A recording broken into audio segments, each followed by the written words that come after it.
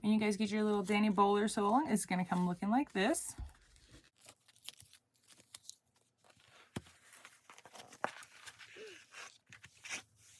So this is the Dani Bowler Mini. Look how cute it is. It's so little. It's so petite. I love it. It is so stinking cute.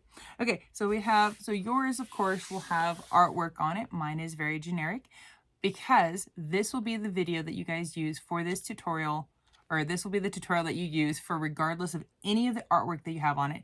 If it says Dani Bowler Mini, this will be the tutorial that you use. If it ends up having some like extra little piece for like a Pimp My Bag, there will be a Pimp My Bag video associated with that one specifically. And then it's only going to go over how to add on the Pimp My Bag portion of it. And then this will be the video that you watch to do the rest of the actual sewing of the regular bag. And then we have our waterproof canvas lining. Okay. So all of our parts, first we have our front and our back. We have our handles, D-rings, the slip pocket for the back, our gusset, and our zipper gussets. On this, before I do any cutting, I will make sure to take this over to the iron and press out the wrinkles and also help flatten it out for the curls. We have our lining for the back slip pocket, our front and our back.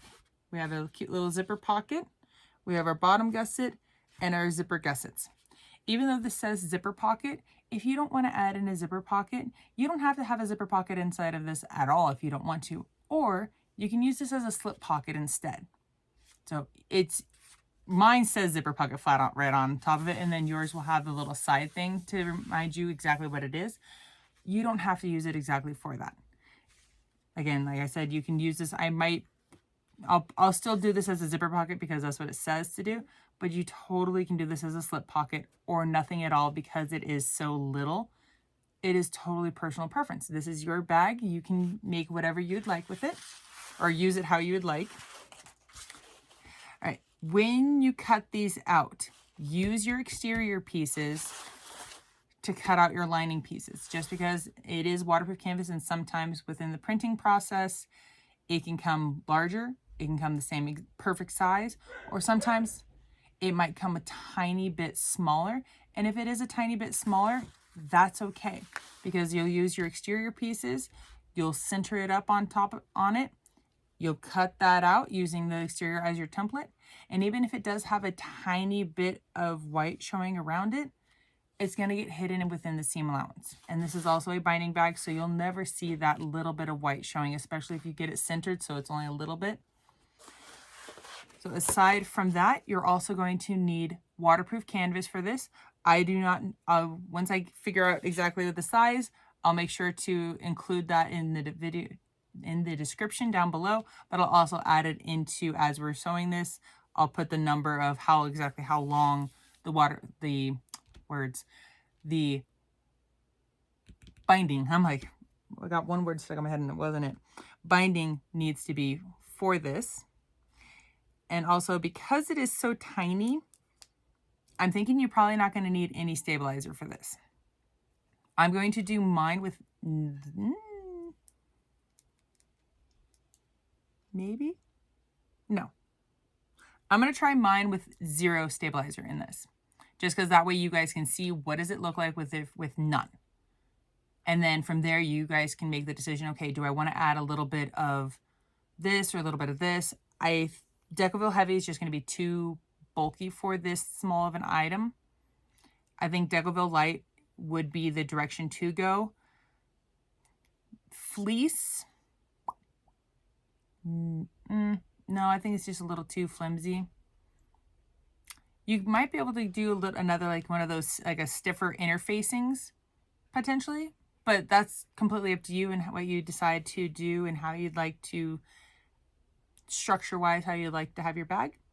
But I'm going to get everything cut out. And again, I'm going to press this and then use these pieces to cut this out. So I'm going to get all that cut out. I'm going to get my waterproof canvas cut out that I use for my binding. And then I'll show you guys the hardware that's needed for this once we get to the sewing machine. All right. For our Mini Dani, for our crossbody, you'll need 2 swivel clasps, 1 slide adjuster. You'll need 2 D-rings, I'm probably just going to do one zipper pull, but if you wanted to do two, you totally can. You're going to need webbing for your crossbody strap or fabric if you so choose. You'll also need zipper tape, and then you're also going to need binding. So I'm going to be using waterproof canvas for my binding, and I like to keep mine about 1.25 inches wide, and I'll explain that once we get down to when we're actually doing the binding. There we go.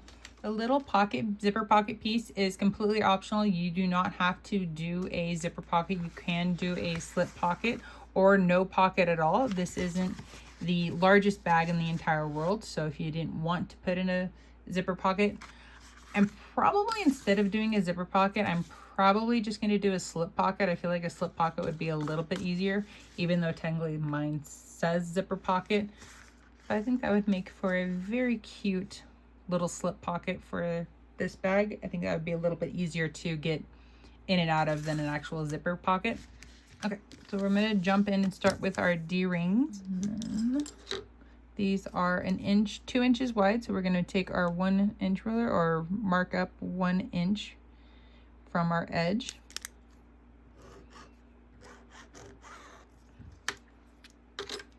If you wanted to, you can use a piece of double-sided stick tape right down the middle and then fold your ends in to meet at that middle. So like they would look like this. You can if you want to, you don't have to.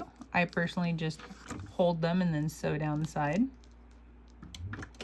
And then you're going to sew down each side for both of your tabs.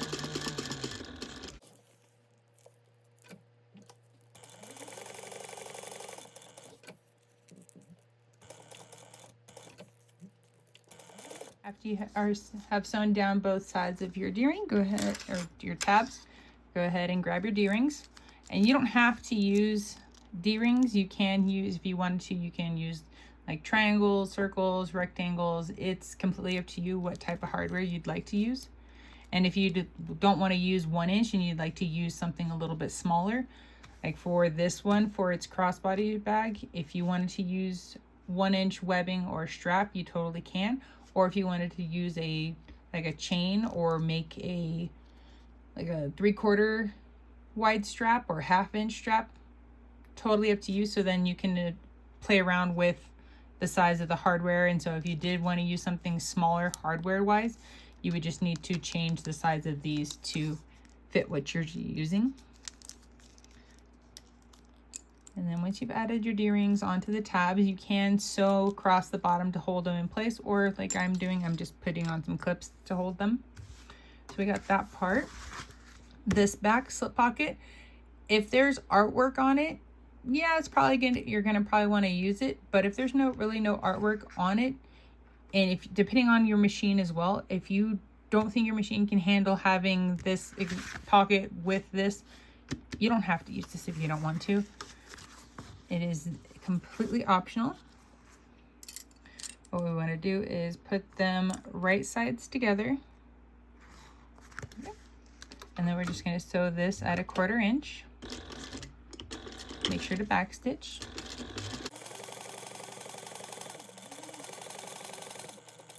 And then after you have this sewn, if you have pinking shears, we're just going to use those right along the top. If you don't have pinking shears, you can cut little snips or triangle pieces on this curve. So that way when we've turned this right side out or wrong sides together, it's going to help have this curve lay a little bit flatter. So go ahead, and then after you're done cutting, turn those wrong sides, put those wrong sides together, right sides showing. And then work to get that seam nice and flat, and then your edges around to line up. There we go. And then once you're happy with it, go ahead and top stitch it at 1/8 inch.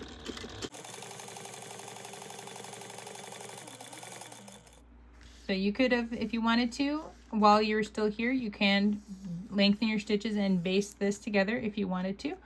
I myself I waited, and I'm going to just baste, because I have to baste this onto this anyway, so I'm just waiting. But I am going to find my centers prior to basting that together. So make sure to find your center on the bottom and the top. After you found your centers, we're going to line up our sides, our front slip pocket sides with our main body, like so. And then we're just clipping those together. And then once you're happy with it, go ahead, and if you haven't done so, lengthen your stitches out, and you're going to baste these all together at 1/8 of an inch.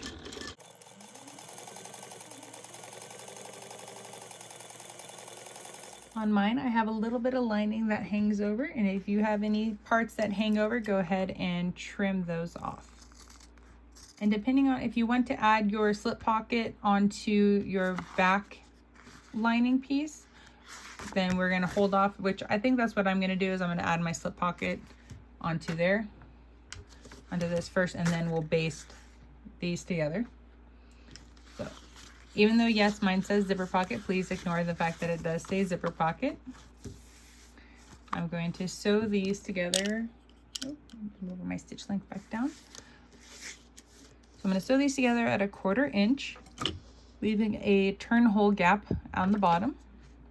After you have this sewn around, leaving your turn hole gap, we're going to trim our corners. And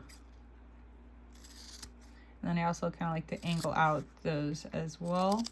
If you accidentally cut your threads, it's okay. Just throw it back under the machine and re-sew that area. After you have your corners all clipped, you're going to go ahead and turn this right side out.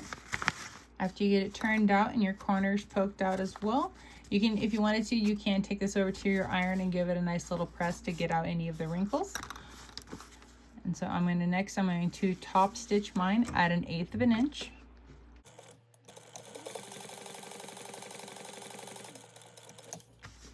After your top stitching, we're going to grab our lining pocket. I'm going to fold this in half and just give it like a little center crease. And we can fold this in half and give it a little crease as well. That way we make sure everything is lined up. There we go. And then you can place your pocket wherever you would like. If you want it a little bit lower or a little bit higher, it's up to you.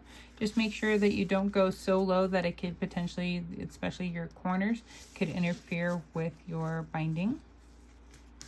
And then once you have it where you like it, you're going to sew around the 3 sides. So the area that's top stitched, you're not going to sew that.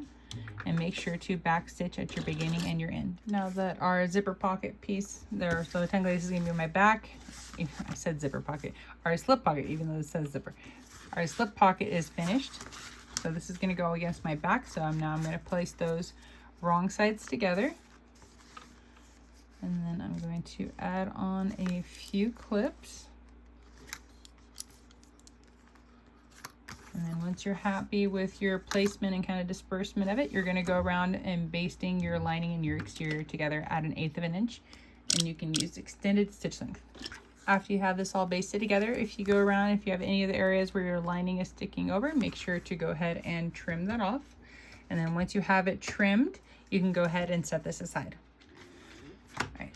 With our front exterior and our lining front, if you had one of those, like if you have a bag tag label or like one of the fancy metal ones, if you wanted to add it onto the back, make sure to have added it prior to doing all that. But if you want to add it onto the front, now would be your time. Or if you want to add it into your lining, now would be your time as well.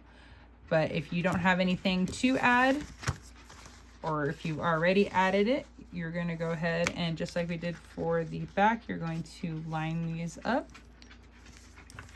And then you're going to baste these together at 1/8 of an inch. You can use extended stitch length.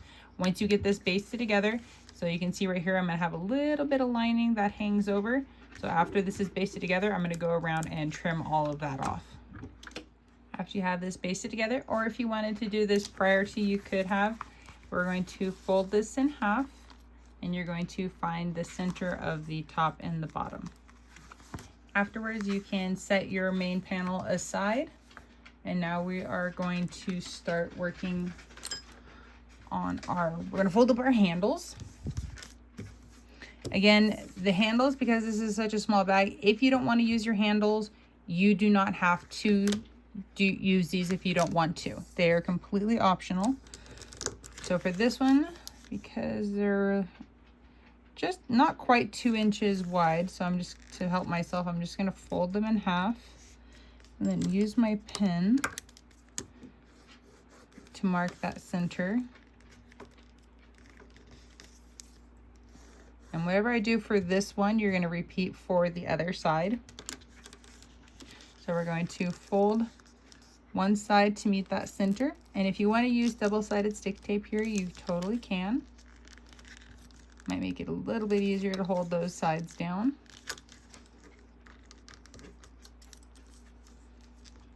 And then we're going to do the same thing for the other side. And then after we get that other side folded in, I just like to immediately fold it again. So we just kept folding. So fold in half and then fold in half again. And then I just adjusting my clips. So now we have a little thinner handle.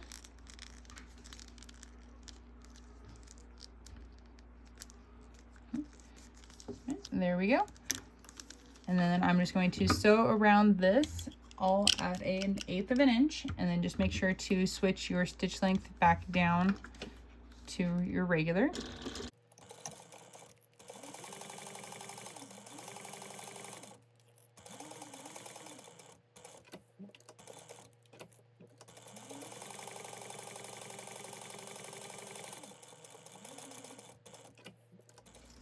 Once you have your handle sewn, this is what it's going to look like.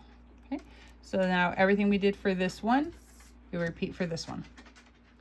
Okay, with both of your handles done, you can set those aside. Next, we're going to grab our zipper gusset. We're going to grab our exterior and our lining pieces.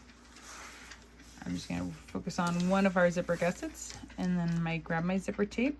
I like to cut my zipper tape just a tad bit longer than my actual exterior, but you can cut it to exact.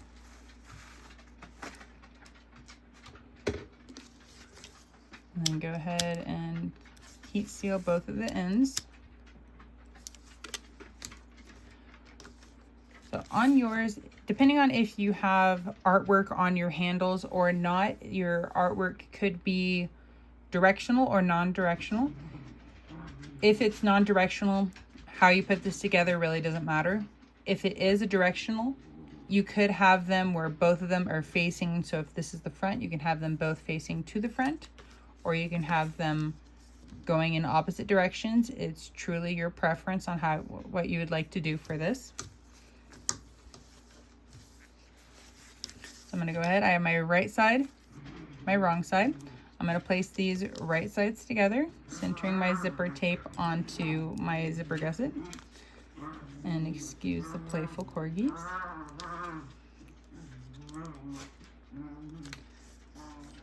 Once you have this clipped together, you can lengthen your stitches out, and you're going to baste this at an 1/8 of an inch. All right, next I'm going to grab one of my lining pieces. For this instance, even if this is directional, you're really not going to notice which direction your lining is going to do when you look inside the bag. So go ahead and you're going to, so this is our right side, our wrong side. We're going to lay this right side down. So we're sandwiching our zipper right in between. You're going to clip those together. And then after you clip that together, you're going to sew this at a 3/8 inch seam allowance. Once you have that sewn, you're going to pull back your lining and your exterior pieces. Just try your best not to tug onto your zipper tape. And you want to put those wrong sides together. After you get these pressed out, you're going to top stitch at an 1/8 of an inch. And just make sure you don't sew down the side, so you want to leave this edge open, because that's how we're going to sew in our handles. All right, so that completes this one side. So you're going to repeat everything we did for this side. You're going to repeat for the other side. If you want your zipper panel, the artwork, to go opposite directions like this is, you're going to lay it down like this and then just fold it over on top and line up that edge there. If you want them to be going both the same direction, line it up like so and then just fold it over on top and then continue on from there. Okay, got both sides finished.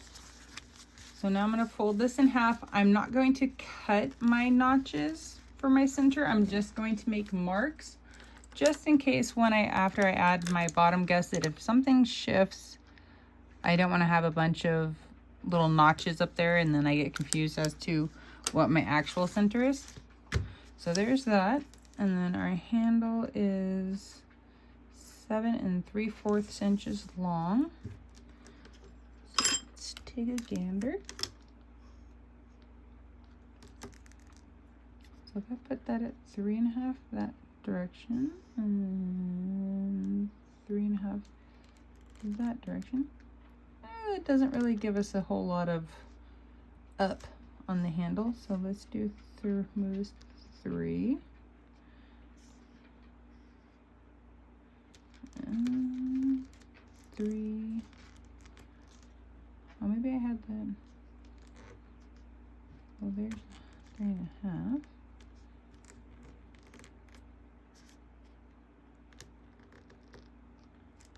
Okay. So that's what 3.5 inches, or yeah, 3.5 inches from the center mark out. That is the height.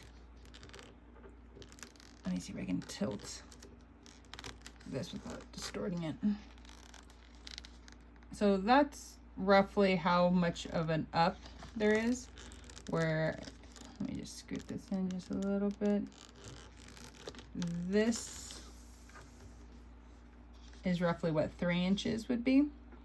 So this part is really up to you how close.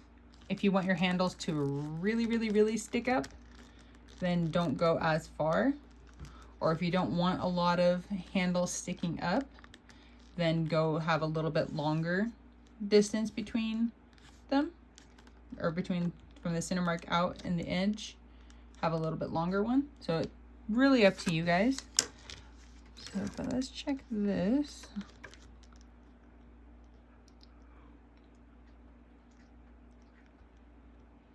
Okay, so if we factor in 1/4 inch seam allowance for this side, so we have about 3/4 of an inch.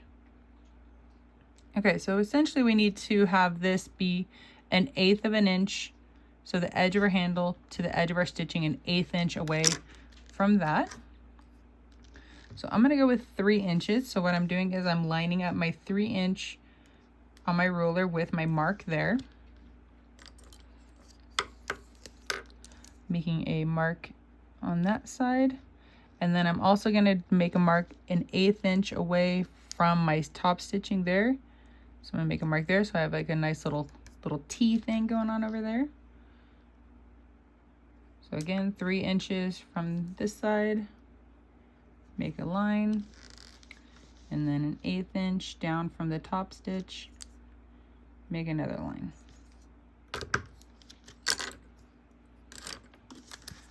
So we're probably gonna end up be sewing through just a little bit of this, but it should be okay. So make sure to tuck your lining back and out of the way. That's why it was really important to not stitch down this side, because this is how we're gonna add our handles. If you don't want to sew this, you don't have to. You can just put a little rivet through here. So that would be a lot faster. But then these can, with the rivets, they can wiggle like this. So just your personal preference. I've done it to where I've sewn them, and I've also done the rivets. Usually I do the rivets when I forget to sew them in, and then it's kind of a last minute, oh shoot, kind of a thing. So what I'm trying to do is then line up the top of this with that mark there, and the edge here with my vertical line there. And then once I get that there, I'm gonna slide that underneath, and then I'm just gonna sew a little box. And just make sure to backstitch.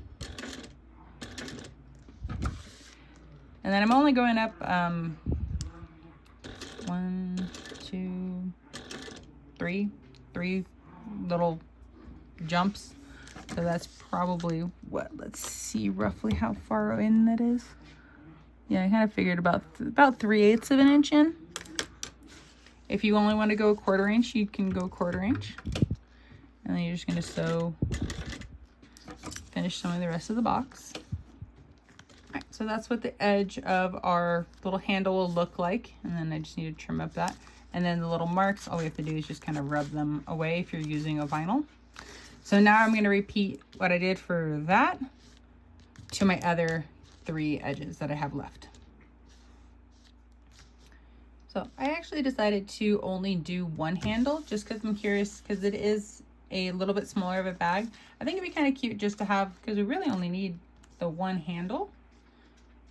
So I'm just gonna give it a try, see what it looks like. I don't know, so yeah. But we're gonna go ahead and, so if you wanted to do 2, you totally can do 2, just you do them the same, but I'm just gonna give 1 a try just to see what it would look like. But we're gonna go ahead and we're gonna add our zipper pull on. So we're gonna take a note of what our zipper teeth look like. So this one is 1 side higher, and that will come into play here in a moment. We have the curvature. This is the front of our zipper. This flat is the back. I like to hold it on my right, but personal preference, whichever side you like. So we're gonna add the 1 side on just a little bit, and so you can see here, it's only on a little bit right there. If it comes out the back, you have it on a little, you have it on too much. And then if I were to just kind of push this in, directly in, right here kind of gets caught. So that's why it's important to angle. So you want to angle that in so it gets around that corner there. And once I straighten that out, I can technically let go of this. So that's what it looks like. And then you can see that I'm still slightly tilted. So I'm going to grab my zipper pull and then kind of straighten it up a little bit. So there we go. And then you can look through the back or just look at it from the front. And we're going to push it down. All right, so this side is on, but it's on a little too much. So I'll show you what that looks like. So we have a slight bulge to the side right there. And then my bar there tracks off to the side. So we're going to push this back up.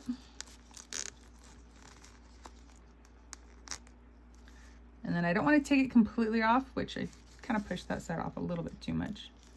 There we go. And you just kind of want to hold your zipper coils with one hand, and I'm just kind of playing around with the zipper itself, trying to see, kind of finagle it on.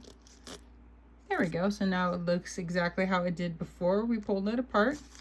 And when we pull it on, no bulge to either side, and then this bar in the middle tracks right down the center of my coils. If you wanted to add 2 zipper pulls, you would just add 1 on each side, and if they're slightly off, once they meet in the middle, they kind of cancel each other out. If it's off by like 1 little tooth and it had that little bulge, once you fully close it, are people really going to notice? Probably not. If it's off drastically, yes, it will. You will notice it. This will not come together as nicely once you get everything sewn together. So you definitely want to get it to be close. But if it's off by 1 coil and it had that slight little off, you're totally fine. All right, but now that that's on, we definitely want to make sure that we add our crossbody hardware, so our D-ring tabs. So I have about 3/8 of an inch hanging over, but you can also go up like 3/8, ½ inch. So we're going to sew that one on, and then you're going to do the same thing for our other side as well. After you have your D-ring tab sewn on, we are going to grab our bottom gusset, and we're going to lay these right sides together. And then my my bottom gusset is a tad bit wider, but that's okay. I can show you guys how to adjust for that. And then we're going to sew this at a 1/4 inch seam allowance. After you have that sewn, we're going to flip this over, and then we're going to lay our bottom lining gusset right sides together with our lining. And then make sure we line up across the top and along the sides. And then we're going to sew this at a ½ inch seam allowance. After you have that finished, you're going to repeat everything we did for this side for this side. After you have both sides sewn together, we're going to turn this right side out. Oh, sorry. I always seem to forget this. Blah, blah. I always seem to forget this. So before we turn that out, and excuse the corgis again, we're going to trim this part off because that will really help with cutting down the amount of bulk, especially if you're using a domestic machine. Okay, now that we got these trimmed down, we can turn this right side out. And then we're going to line up our lining bottom gusset with our exterior. We're just going to clip those together. And then after you get them clipped together, you're going to go around both sides. So both sides, all the way around, you're going to baste them together. So make sure to lengthen out your stitches. And you're going to baste at 1/8 of an inch.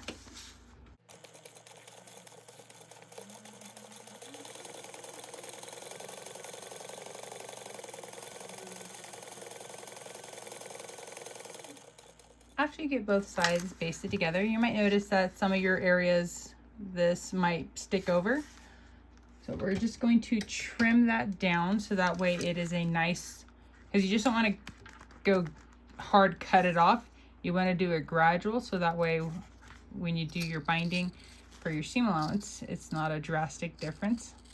So it's a nice little gradual trim down. And then for the other side, you just go from further back when you're going from the bigger to the smaller. And you cut in just a little bit more. And then by the time you get to the smaller side, you should be pretty even. So just make sure that your other side is even like this side. After you have your little gusset pieces trimmed down, we're going to put these, line them up right there. And then this is when we're going to find our true centers of our top and bottom, and make sure you find it for both the front and the back. After you found your centers, we're going to turn this lining side out. I personally like to throw a little clip on the side that I want to be my front because I always seem to forget which side it is. Well, this side is kind of easy because I have a handle, so that's a little more obvious, but other times when they look the same, I tend to forget. All right, then we're going to grab our exterior pieces, and we're just going to grab our front piece, and we're going to line up our top and bottom center notches there and there, and then you're going to take your time, and then you're just going to line up the curve going around. All right, so this is what it's going to look like once you get everything clipped together. If you need to, you can add small snips into the curves. Just make sure that they're less than 1/4 inch, preferably around 1/8 inch, because if you go bigger than 1/4 inch, you will see those little snips once you've done your binding. So everything that I do for this one side will be the exact same for what you do on the back side. The only biggest difference between the two sides doing them is, well, after I get this side done, I'll explain before it's all over. So go ahead and find a spot to slide your bag underneath, and then make sure you're back to your regular stitch length, and you're just going to cruise around basting or sewing this together at 1/8 of an inch. Big things that you want to look for is you want to try to keep this fabric material right in front as flat as you can. I'm having little bubbles. I didn't do the snips in it, so I'm going to show you guys another way to do it. You want to let that be flat, but if forcing your side and your front or your back and the gusset piece to stay together creates those bubbles, let it push off the side so that way it can lay flat. Because if it bubbles up, then that's where you get your puckers from. But letting it push off to the side allows it to kind of relax and flatten out. And then all we have to do once we're done sewing this together is then trim it off before we go into our binding.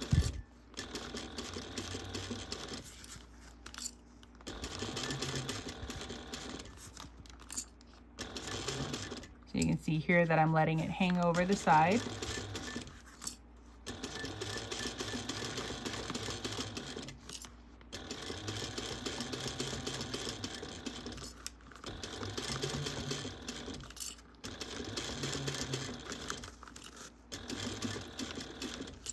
So if I was working on my back, instead of having my hand literally sitting on the inside, my hand would be sitting out here helping it to rotate. And then my zipper would also be completely open in the areas where I can reach inside. I'd reach inside the bag and just double checking that the inside is smooth as well.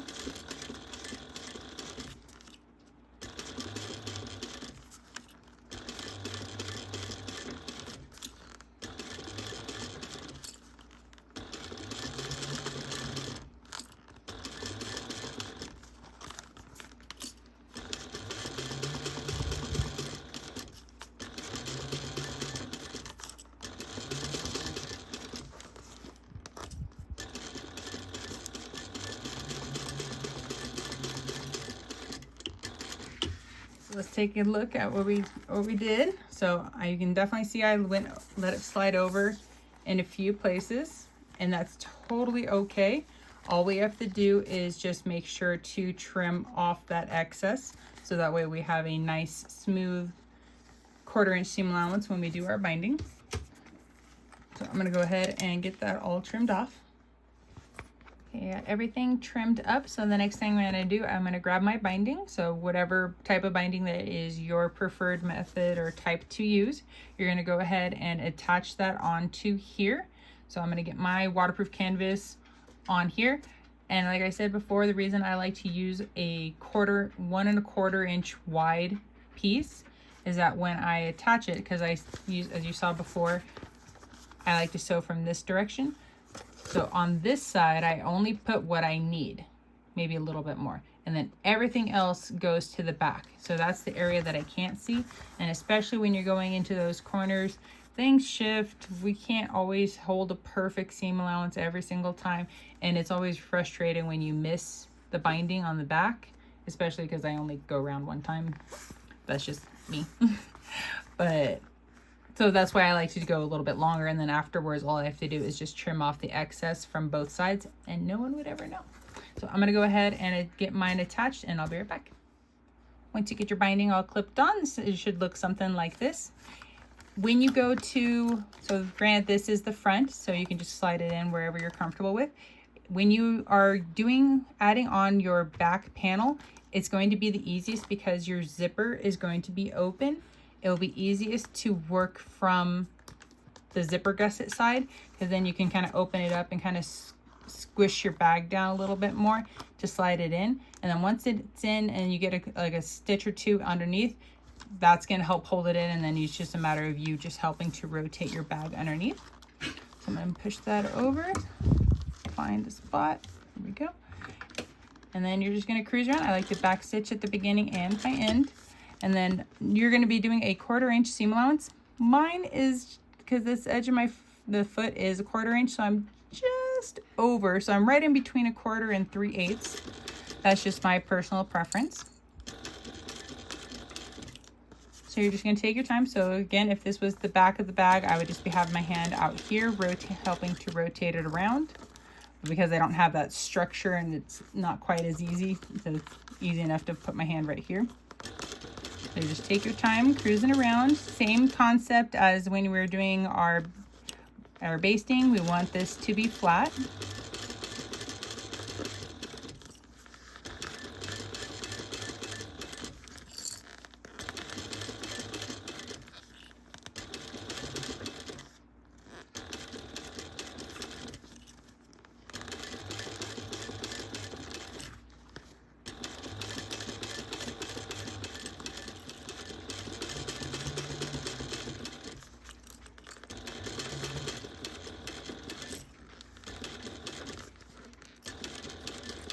And when you're working on the back, because your zipper is going to be open and you won't have your hand inside, in the corners, if you're able to reach in, just double check that everything is kind of flat in that area.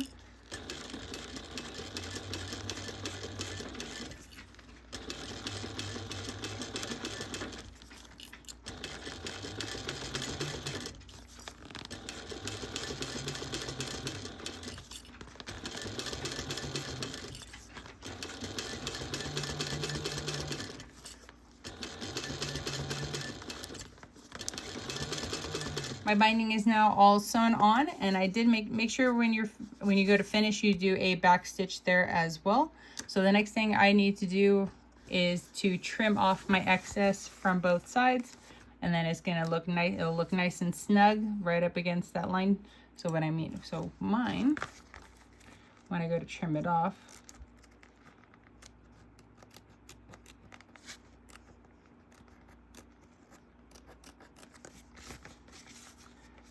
Not the smoothest. I usually take a little bit more time, but that's roughly, I get really close to it. So you would never know that I had a longer one, but it does make for a very nice looking binding. So the next thing that you're going to do, and I'm going to do off camera, is you're going to repeat everything that we did for this side to your back. And so it's really important, make sure that you open up that zipper gusset, because that's going to give you access to be able to help double check your corners to make sure everything's nice and smooth. And that's also where you're going to turn your bag right side out. So I'm going to get this sewn on and I'll be right back. After you get your back lining sewn on and you trim up any of the excess, which is one thing that I need to do, you're going to go ahead and turn this bag right side out. All right, so here is the Dani Mini Bowler. Super cute. I do like the single handle. I think it'd make it a little bit easier to be able to open and access the inside of the bag. But this turned out really cute. All right, so the last thing that we need to do is our crossbody strap.